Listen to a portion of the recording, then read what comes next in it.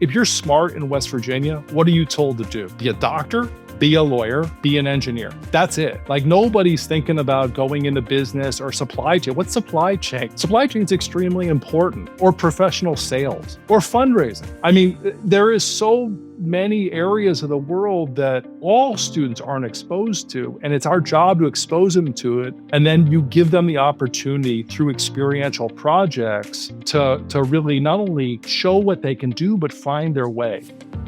Welcome to the Going Big podcast. I'm your host, Kevin Gentry, and this is the place where we celebrate bold moves and big ideas. Each week, I sit down with inspiring leaders, entrepreneurs, and change makers who are making a significant impact in their careers and in their communities.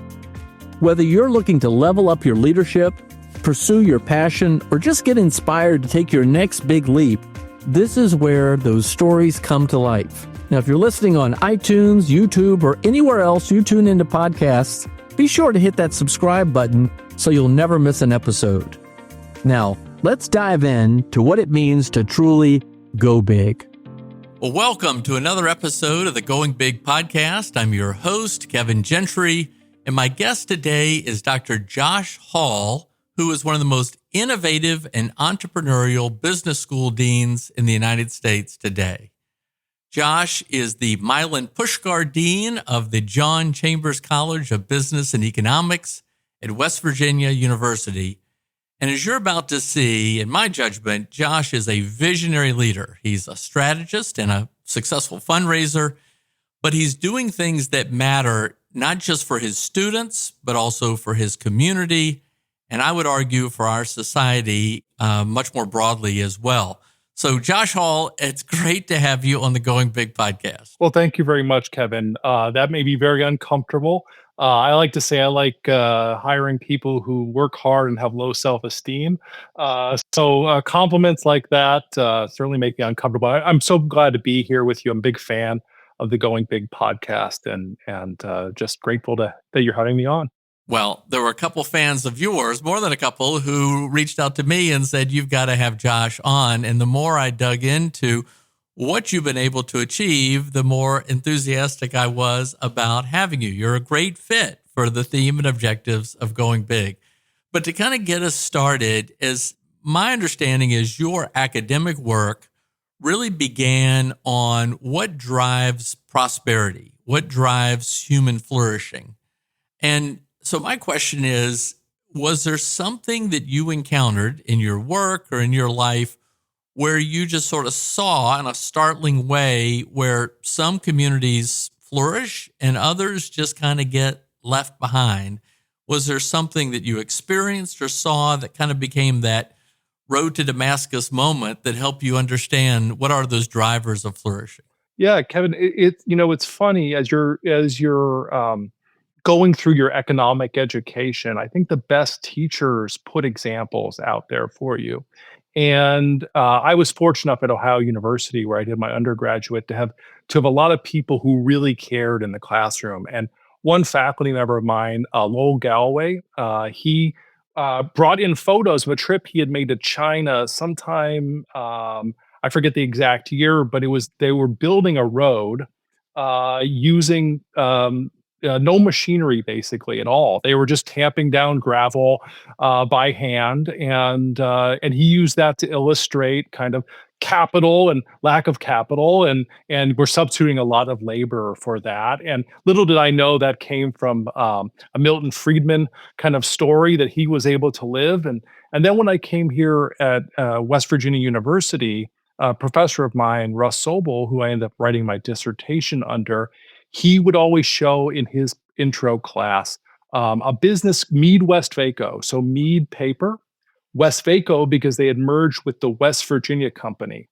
And their factory, their facilities is on the Maryland side of the border, like literally right across the border. And he said, why is the West Virginia company in Maryland? And it's because West Virginia has an inventory tax. So if you're a company like Mead Paper, you're going to deliver a lot of paper back to school time, but you want to smooth your production. Well, you don't want it in a state like West Virginia because you're going to pay more taxes than you otherwise would have to.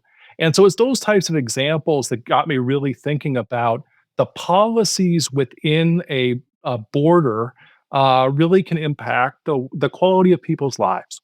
Well, that particular topic, I think, has gotten a lot more attention in recent years. There's certainly been a lot of conversation about people moving from northeastern high tax states to low tax states in the southeast, or moving away from California to some of the Rocky Mountain states that have a different business environment.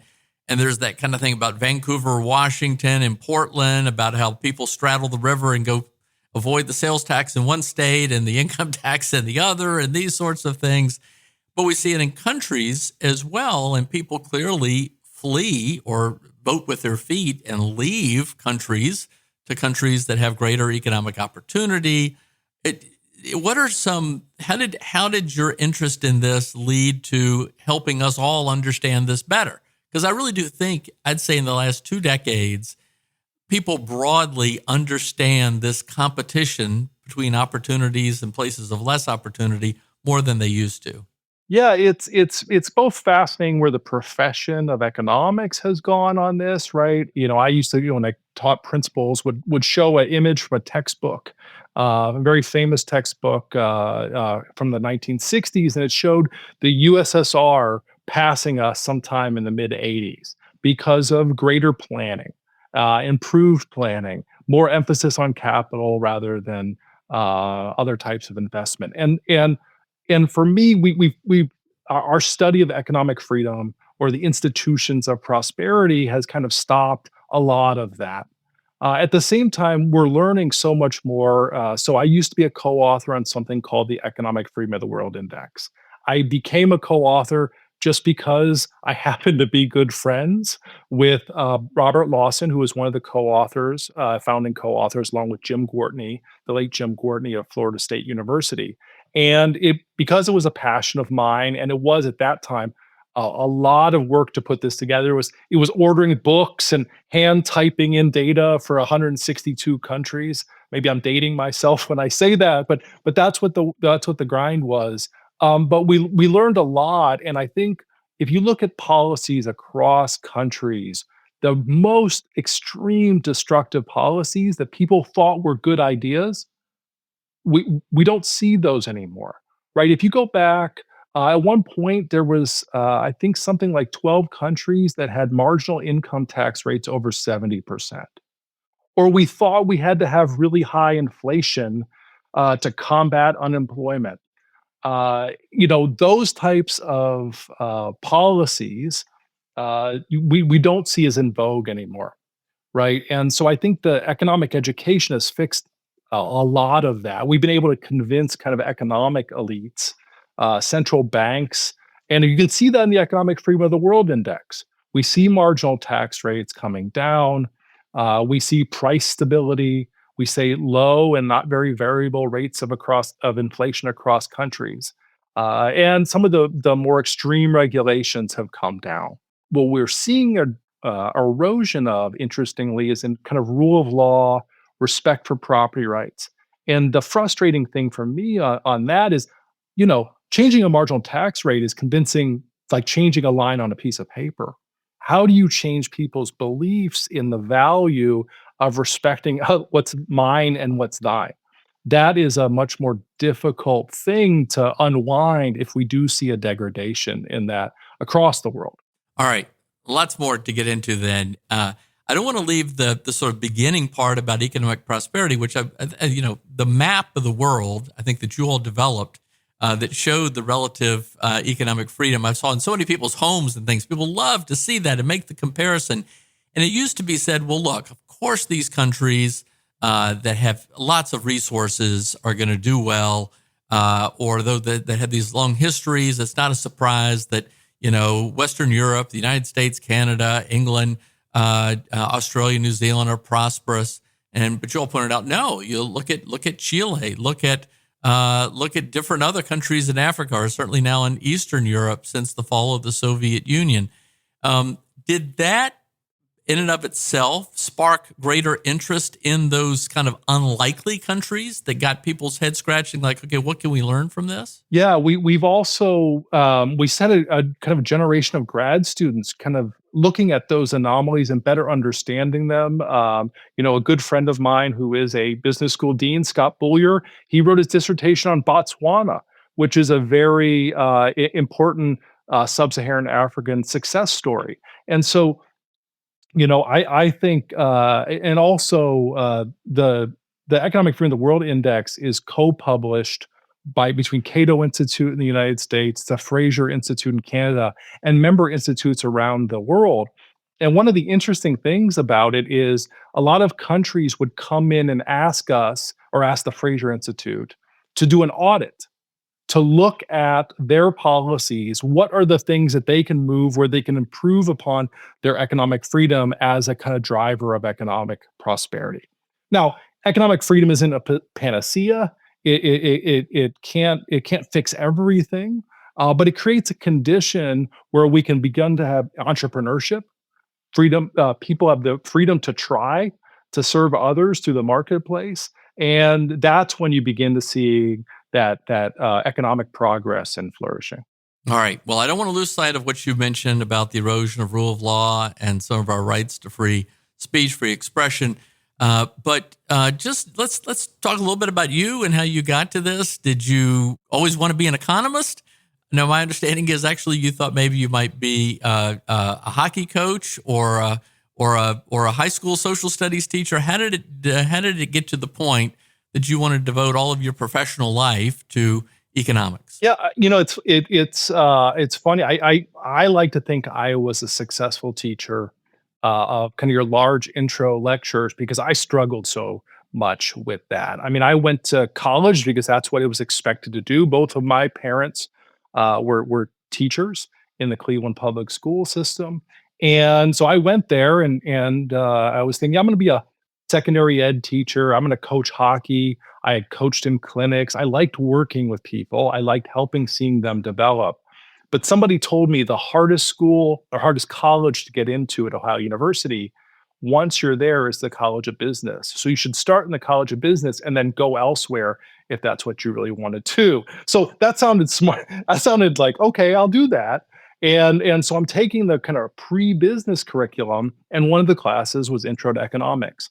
And let's just say the way it was taught it just didn't resonate with me. I had Intro to American Government at 8 a.m. Across the hall. I would go to that every day, and I would not go to the principles of economics after a while. And I got a C minus in it, but you had to take macro. And I got very lucky to have a gentleman named Richard Vedder for principles of macro. He wouldn't call himself a macroeconomist, but anybody who's seen him on TV or C-SPAN knows he's engaged in the real day-to-day of economic policy, and he's a fantastic lecturer. And I said, I don't know why I'm here at college, but I know I like this guy's classes, and this is what I imagined college to be. And I got very fortunate in that, even though it was a 300-person class, he always wanted to know students. And so if you scored the top 3 on an exam, he would take you out to lunch and get to know you. And that just kind of began a relationship where, he took an interest in me.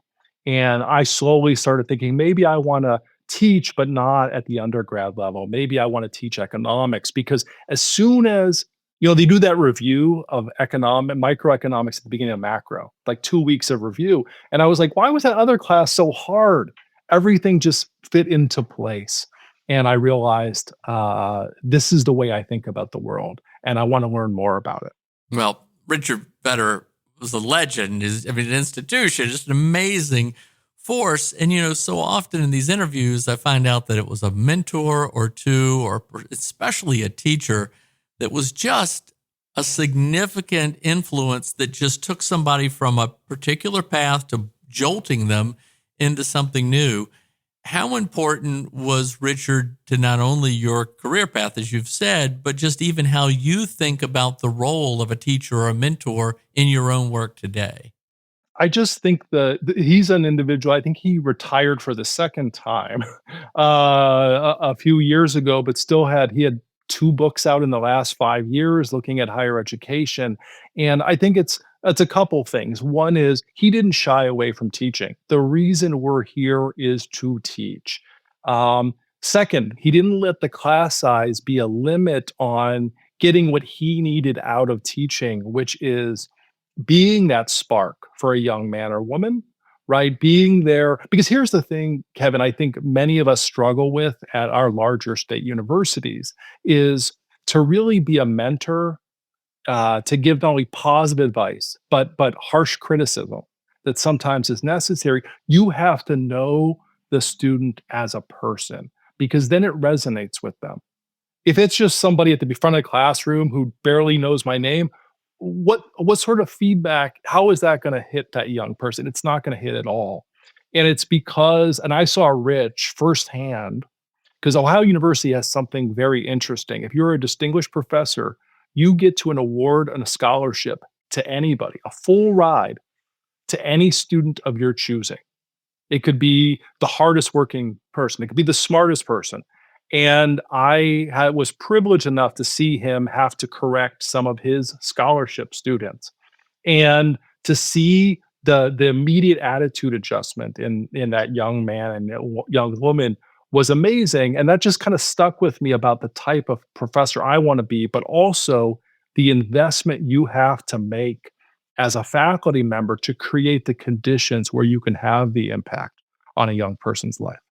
Well, thank you. I like to ask this question when it comes up among guests about what advice you would give now, first of all, to, let's say, particularly a young person, but really anybody at any stage in their life, about seeking mentors. I mean, did you seek Richard Vedder, or did you just win the draw by getting in his class? Do you have advice on how a mentee should think about their role in trying to advance themselves intellectually, in whatever manner, through a mentor? Yeah, it was pure luck. I'm a big Pearl Jam fan, and he shares the same name as Eddie Vedder, the lead singer of Pearl Jam, and it was 3 to 5 in the afternoon, 2 days a week. So it hit all the spots.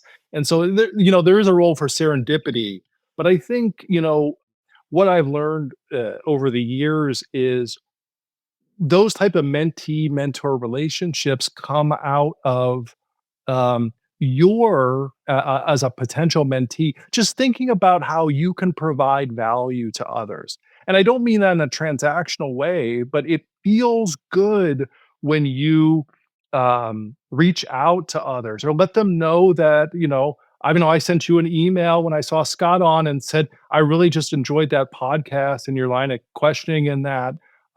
Taking the time to make public what is in your head is often a start to a great mentee mentor relationship, because all of us have that in us. We want to see others. Hopefully, we want to see others succeed, but it has to be organic.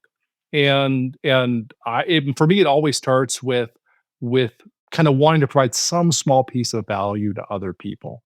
Well, I think that's such an opportunity for so many of us to learn how to apply this. But you're right. I mean, I've just been enormously fortunate to have people just kind of fall into my life that became important mentors. I didn't even know to seek them out. I wish there was just a perfect path that we could all take to improve ourselves through this. But I always look for these lessons. Our friend Tyler Cowan, sometimes he'll tell me about some, very high level connection he has. And I was like, how did you make that connection? He goes, well, they emailed me and I didn't know them, but they sounded smart. So we just started emailing each other. And I guess everybody has it in a different way. All right. I now want to move to your being dean. And this is where a lot of the lessons for going big come from.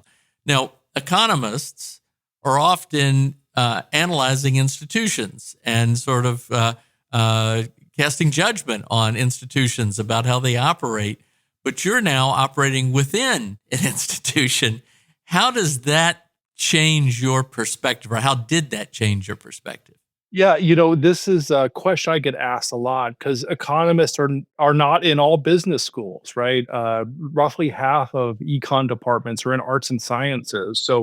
Not the economist as business scene is somewhat rare. I think about this as is there's a lot of naive mistakes you can make, right? Deirdre McCloskey, very famous economist, in her principles or intermediate micro textbook talks about the middleman and says, look, we see all this bureaucracy and we think, oh, we don't need that. We can just get rid of that.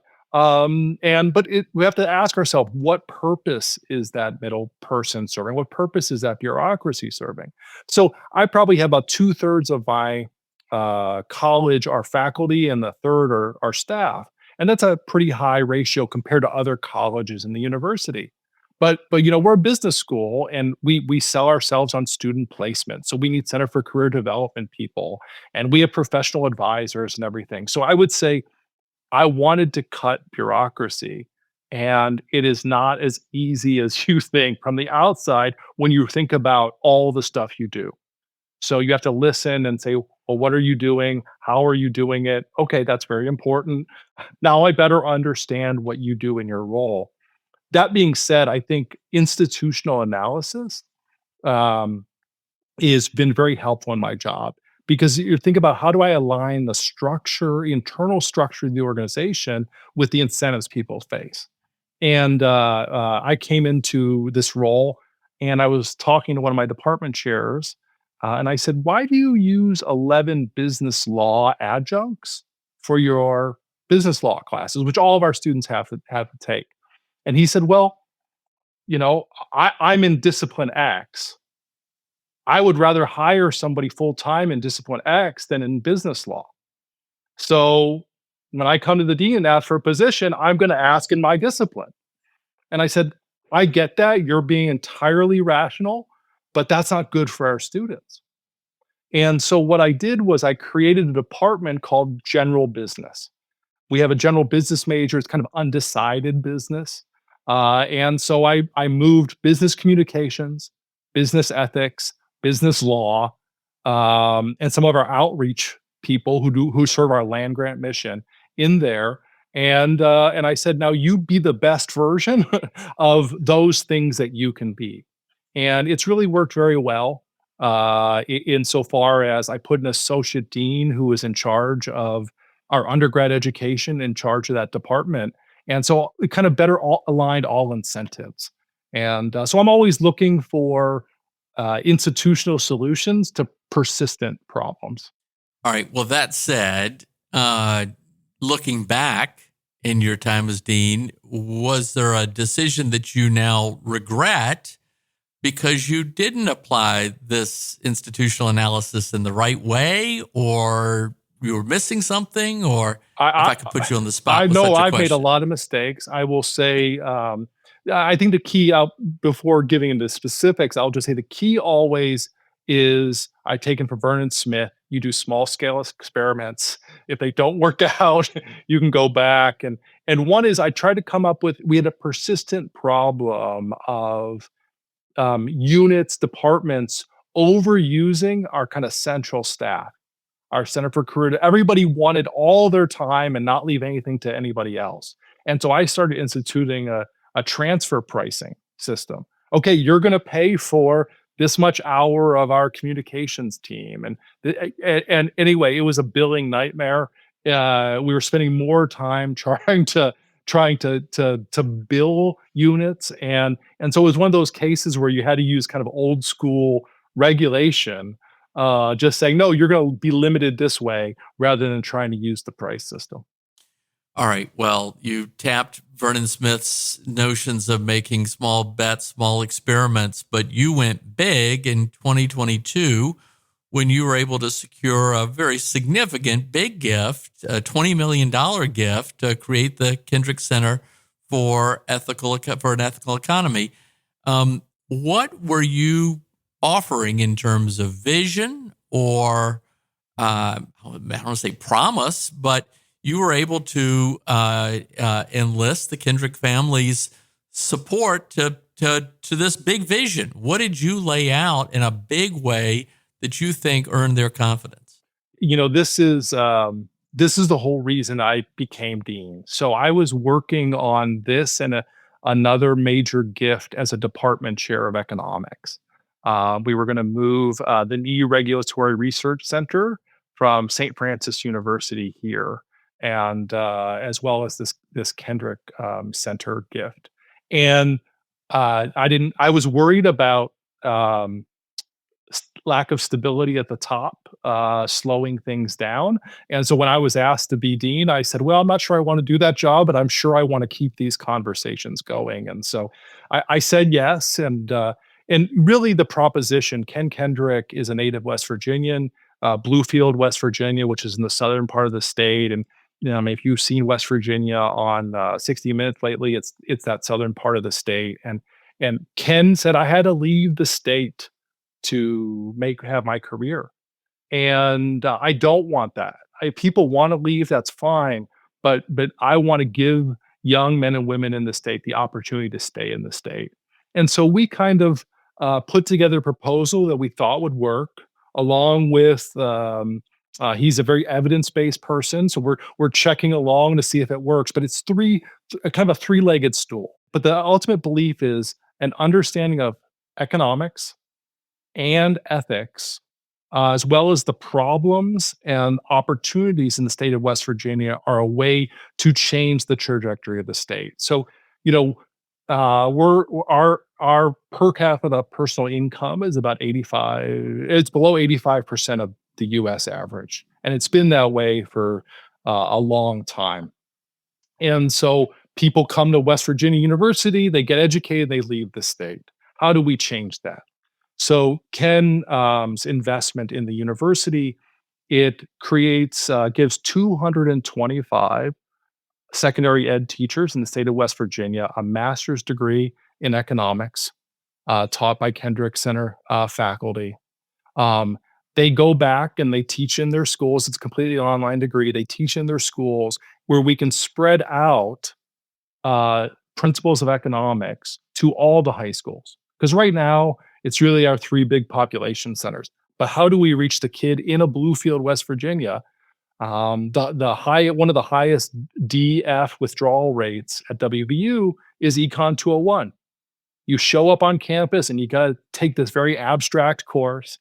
And so by getting in the high schools, those students can show they can do well and come to Morgantown and succeed. Because only half our high school graduates go on to any type of college in the state. And then finally, it creates a minor in business ethics and prosperity that we choose 40 of the best and brightest West Virginians at WVU. It has a kind of, they take these courses together almost like a fraternity. And the idea is they get to know each other both within cohort and across years. They take excursions around the state to better understand the problems and opportunities. And if they stay and work in the state for 2 years after graduation, we give them a $20,000 check. So Wow. now there's a lot of stuff that goes around that. We don't want these young men and women taking a discount. So I've raised separate money to have a kind of bespoke internship program where we're trying to create great opportunities for them in the state. But this is a really big push, to use a phrase, to really kind of change the trajectory of the state in the long term. Wow. Well, the business ethics program that you've developed is now considered one of the top programs in the country. And my understanding is you were starting at essentially zero. You had to put together something very quickly. What insights can you share from that experience that we might benefit from? Yeah, it's luck and kind of knowing people, Kevin, but it really started with that creation of the general business department. That ethics was in a different department. And so we created a separate department, and then it became a place with the Kendrick Center. Dr. Kate Johnson, who I had hired to teach economics here and help me put this together, along with one of my advancement people. She directed the center, and she knows kind of everybody. and her husband is Dr. David Schmitz, who's a top ethicist himself. And so, if you want to say our Moneyball strategy is let's take business ethics, something that typically is done by people without ethical training, right? They're management professors or economists or somebody who kind of wades into that area. Let's go out and get some great ethicists, and we can pay more because we're in a business school. Our salaries are higher, and they'll be delighted to be here because ultimately, people who are interested in an idea like being around a community of scholars. And so if you get the right people at the beginning, right? It's like when Vernon Smith and his team moved to George Mason University, other people wanted to be there because of that. And that's what we've seen, just kind of a snowball effect. It wasn't any part of the plan, but we now have three of the top or actually top young people in the world who study different aspects of the philosophy and ethics of money, cryptocurrency, and finance. And so it's a great fit for the business school, but it's also a great fit for the Kendrick Center and our entire business ethics group. You mentioned your friend Scott Boyer. I had him as a guest several months ago, dean of the business school at University of Wyoming. But together, these are small states, but state universities. But you all are really innovative and indeed, I think, transformational in the kind of leadership that you're offering. And I think, I also had Dr. Michael Crow, the longtime president and certainly the most innovative university president in America from Arizona State University on this as well. His point, when I described him as so innovative and transformational, he said it was a low bar. There just aren't that many that are focused in this way.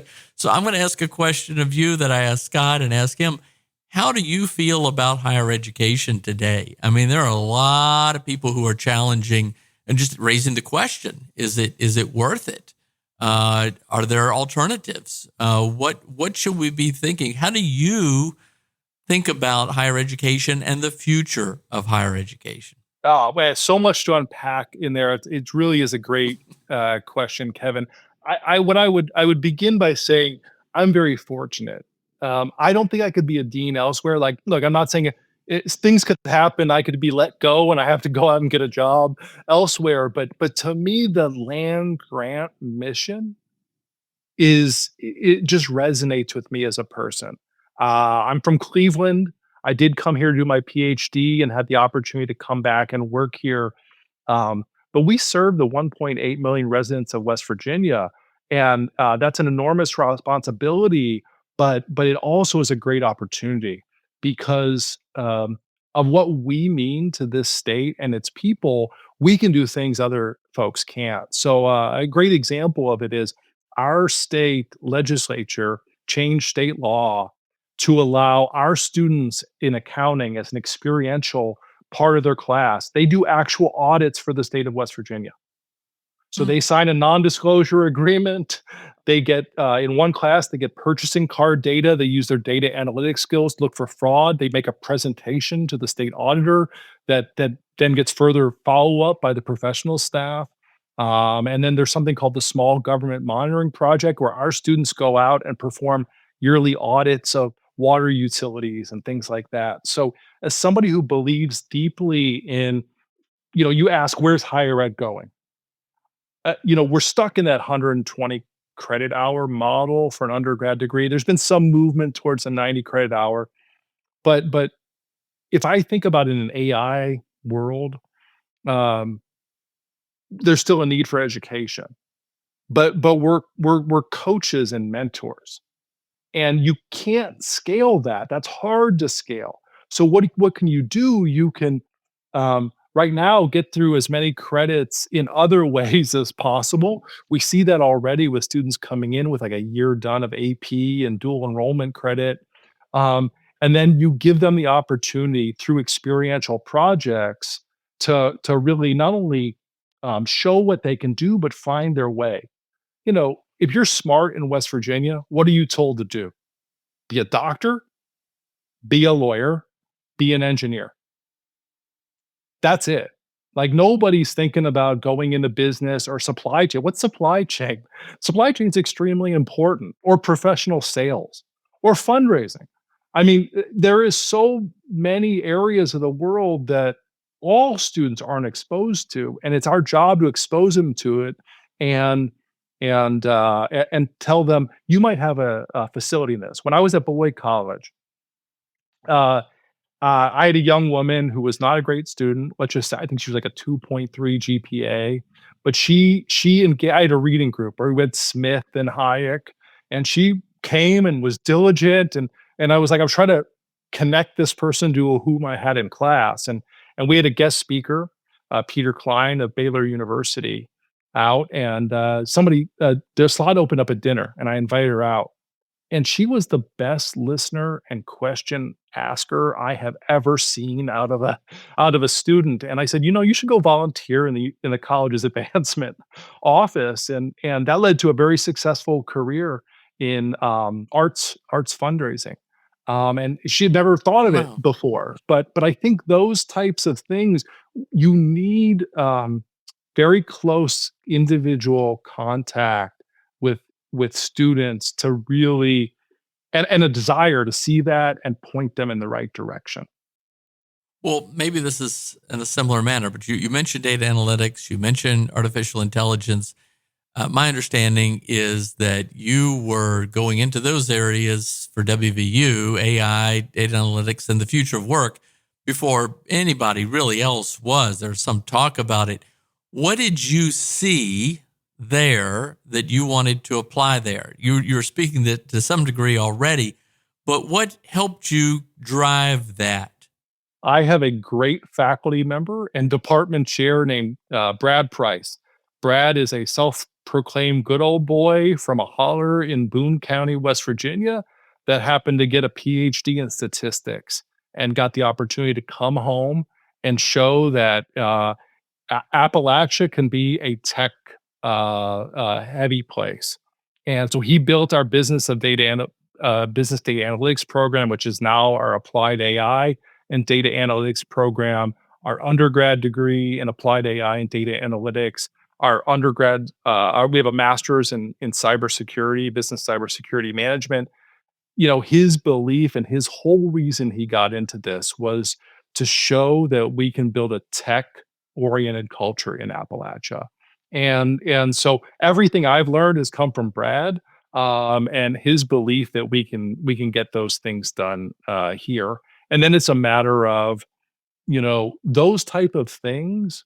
There's no, you know, if you go to a Drexel University that has a great co-op program because you're in Philadelphia, nobody's we have very few I think we have two publicly traded companies in the state of West Virginia.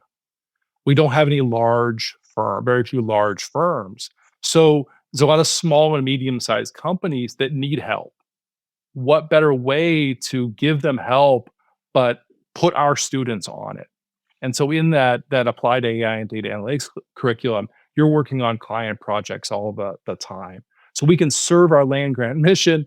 You know, our students can learn very valuable skills, and more importantly, from a talent development perspective for those firms, they begin to see, I can kick this tires on this young man or woman because I'm working with them a whole semester because I'm their client, and then I realize, hey, yeah, I don't need to hire somebody with 2 years of experience. Because here's the thing: if you hire someone with 2 years of experience, that student's gone. They're moving to Pittsburgh, they're moving to DC, they're moving to New Jersey or New York.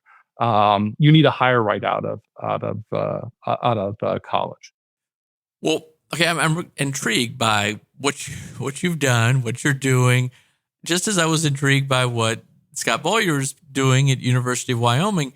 Is there some kind of sort of secret sauce, some kind of insights we could draw from this for those listening that want to just say, going to give up on higher education, give up on so many of these things, where you both have things going on that's really special? What can we take from this? Give us some advice, some kind of insights from this, that it's not just that you all were both lucky and fell into the right place at the right time and had the right teacher, etc. I'm going to get to some setbacks in a moment, Yep. but what can we take from this in terms of insights? I think there's lots I don't like in higher education, even things you may be necessary, right? Like I think a lot of students ask about rankings. Under our previous president, Gordon Gee didn't believe in ranking because you do things for rankings that are not in the best interest of your students. And we are an access institution. The sons and daughters of West Virginia who meet the requirements we feel are necessary to in order to get out of here in 4 years. We Hey, come on in. And I'm not saying it's wrong, but I'm saying I would have a hard time working at Ohio State. You're the land grant, you're the flagship, and it's harder than ever to get in there, right? Now, obviously, it's a numbers game with them. They have to say no to folks. But for me, I can get up every day and knowing, obviously, we're not a great fit for every single student, but I think we provide tremendous value to the students who come here. And I think that's what Scott and I have in common is it's about the value you're going to provide the others for their tuition for the students for their tuition dollars. And sometimes it can be very expensive, but you're in a program that provides a lot of value, right? If you come out of our business cybersecurity program or our master's of science of industrial relations and human relations, you can easily be making six figures with a 1 year, maybe $30,000 investment. It's not a bad Hmm. ROI, right? So as long as we're focused on that, I think higher ed's going to be just fine. Now, there's going to be a shift, right? Because what happened, we all got kind of lazy and fat on the kind of demographic boom. It's easier to grow and prosper in a growing market, and now we're on the downside, the so-called demographic cliff, and some institutions have already closed. I think more are coming, and in some sense, though, I think if you look at it, what is being lost here? I think the only thing that's being lost is the great diversity that is U.S. higher education. Have you heard of Deep River College, Kevin? No. It's this 2-year school in Northern California, has 3 faculty members, 1 who always rotate out. They stay in a house with the students. They all work a farm. They live together. But the young men and women who go there all transfer after their 2 years, like Ivy League schools or Berkeley or whatever. And that was a combination of philanthropy and and a desire to do higher education differently. And that's the only thing that I am because we need more experimentation in higher ed. That's Michael Crow's greatest strength is being able to Hmm. experiment in higher ed. And we're losing a lot of that the diversity that was a strength of the US. Well, appreciate your focus on discovery and experimentation and just how that leads to innovation and what you've produced in the process, because it's a far better alternative to the narrative that's out there about what higher education is today. Well, you've painted a wonderful picture, a very encouraging, optimistic picture. I'm guessing it hasn't always been a straight line to the top. Tell us about some of the setbacks or disappointments that sometimes stand in the way. I'm going to guess sometimes you've wondered, is this all worth it? Or wow, that didn't really quite go the right way. Yeah, I can think of a handful. One started, so after I took Richard Veddard's course, and I talked my way into taking some of his senior seminars in American economic history and European economic history, because I said I don't know what I'm doing here, but I know I like your classes. And he said I'll wave you into those classes, and somehow I came out with a minus or something. Um, I was a business econ major. That's just only important because it means that my advisor was in the business school, was an economist, was in the business school. And I said to him, I think I want to be a college professor. And that's when he gave me the world needs ditch diggers too talk. He said, if you know the reference from Caddyshack, he said, I went to the University of Chicago. I had 3 Nobel laureates in my dissertation committee, and I'm at Ohio University. You got a B plus in my class. Where are you gonna go that you're gonna get a job? And in at the time, that was, very difficult to hear because I was didn't know where I was what I would do, because I thought, "This is where I'm gonna take what I valued out of coaching," and wanting to be a high school teacher and translate it. And I couldn't go talk to Rich Vedder. This is before email, right? Might even been before voicemails on the campus phones, and unbeknownst to me, he had done time as a department chair and had a sabbatical. So I didn't see him until I was a senior. And I just ran into him in the hallway. I mean, I would go by his office like every 3 weeks because like I need his mentorship. And I finally see him and he said, "Oh, hey, how are you? How have you been?" I said, "Where have you been?" And because of that, I ended up doing my master's degree at Ohio University with him, and he got me my first job for the Joint Economic Committee of the U.S. Congress, and that was another setback. Because I moved to D.C. It was a setback, but I learned what I didn't want to do.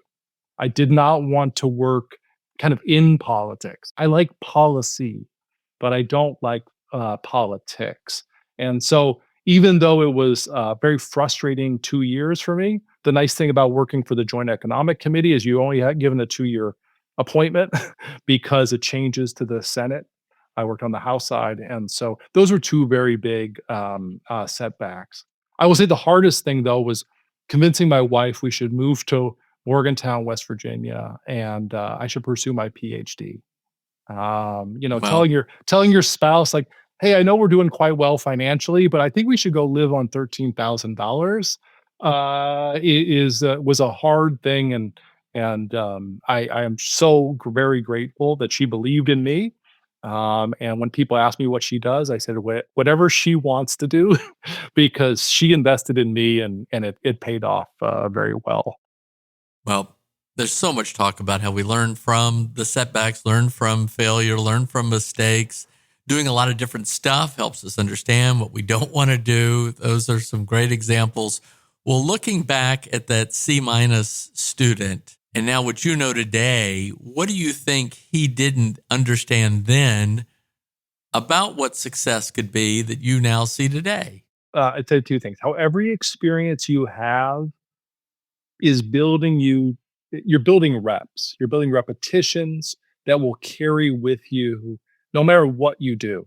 I was very fortunate, maybe unfortunate, some people too, to start working at a restaurant at age 13. And as I said, and I told my students, I said, I'm very grateful that my interview was two questions. It was, "Do you own a white shirt and black pants?" Yes. "Can you work tomorrow from 4 to 1 a.m.?" And I turn to my mother and I say, "Will you drop me off and will you pick me up at 1 a.m.?" And she said yes.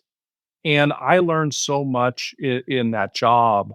And I'm very grateful for my parents, my mother in particular, and I'm very grateful actually for the owner of that business, because on the very first day she said, "This one server, Susie has never had a walk-in on a Friday and Saturday for the last 25 years. Watch Susie and figure out why." And I did, and I learned a lot about how to serve other people. Susie knew everybody's name. She knew their dogs' names. She knew what they liked. She would advocate to keep things on the menu for them.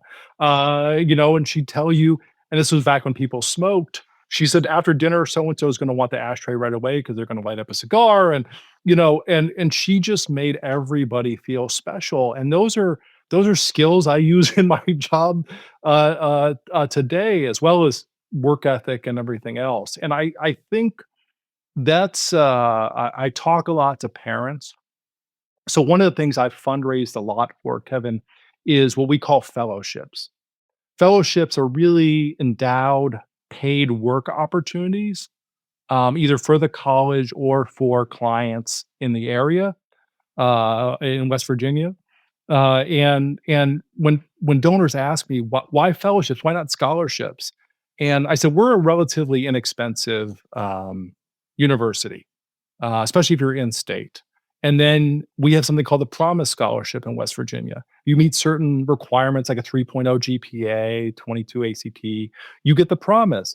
So you might have $1,000 of tuition a year. The real cost is everything else.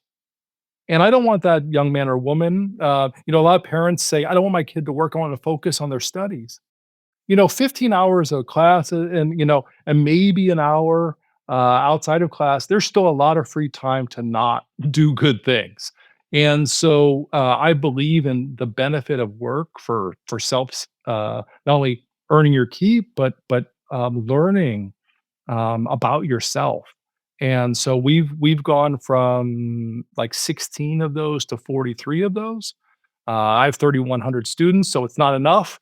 But I think that's what I would tell that young person is the more you can be out there in the serving others through the marketplace, through your philanthropy, you're going to learn more about yourself and what you're going to be happy with in your work career. You're here. That's great advice. All right. Well, we need to bring this to a close. We are having this conversation in the summer of 2026 when America is celebrating its 250th anniversary of the Declaration of Independence. Here are my last two questions for you, Joshua. Given your experiences, given your perspective, given your academic work, given all these different things, first of the two questions is, what concerns you most about the future of this experiment in America? And what, based on all your work about flourishing, where are you most concerned for the future? I think, Kevin, I would have said a couple years ago, I would have said the thing that concerns me the most is that decline in the rule of law and property rights. But I think particularly in the U.S. context, I mean, I grew up in a time of Tip O'Neill. All politics is local, and in some sense, that grounded politicians. They had to take care of their constituents, and yes, I could engage in national debates and things, but and I feel that social media has changed that dynamic. Now everything is national, and our political class, but also the people just who engage in good governance locally are more worried about that than what's going on in their own community. And so, kind of that de Tocquevillian idea of America, it feels to me like it's weakening. I hope I'm wrong on that, but that is something that worries me. I think things that don't worry me pretty much are, I think demographic cliff, the rhetoric around higher education, it is something to be combated. But at the same time, a lot of people, Brian Kaplan often makes the argument that the return on higher ed is great for those who finish. For those who don't, that's a real problem. And I think that's something we haven't wrestled with enough. It doesn't mean that we have to force everybody to finish, but the real consequence, the real cost, the real issue in higher ed is those non-completers and the debt they've incurred in many cases. And that's the thing that bothers me the most. All right. Well, you know where this is headed for the last question, because we want to leave on a positive and encouraging note. This is the Going Big podcast. What encourages you most about the future of our country and this experiment? This experiment in self-government and everything else that's associated with it. It's the young people. The greatest part of working in higher ed is the students. And I mean, as a dean, I have to go out of my way to get to know students, but I get to know students. And we had a scholarship that, let's say, we could not uh, um, give adequately to the terms of a funder. And we were able to, through building a lot of trust, change some things with her and award in a way that was to what her original intent was. And sitting down and breaking bread with those two students we were able to award to and her, and just to see the look on her face, but more importantly, get to see them with zero coaching, just want to be in that moment and be grateful for what she had given them and allowed for them to happen in their career. It just made me very positive for not only the future of West Virginia, but the future of America. And what we're all here to do as educators is really to leave things better than we found it. Well, Dr. Josh Hall, it's great to be with you again. It's great to have you on the Going Big podcast. We appreciate all that you're doing, and we'll look forward to having you back in a couple of decades to tell us about your newest innovations. Thank you very much, Kevin. My pleasure. Thanks for tuning in to the Going Big podcast.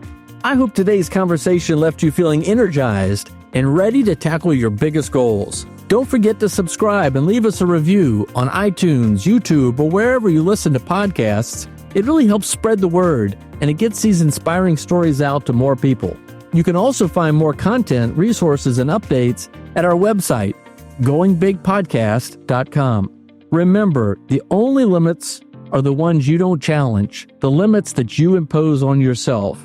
Keep pushing, keep growing, and above all, keep going big. See you next time on the Going Big podcast.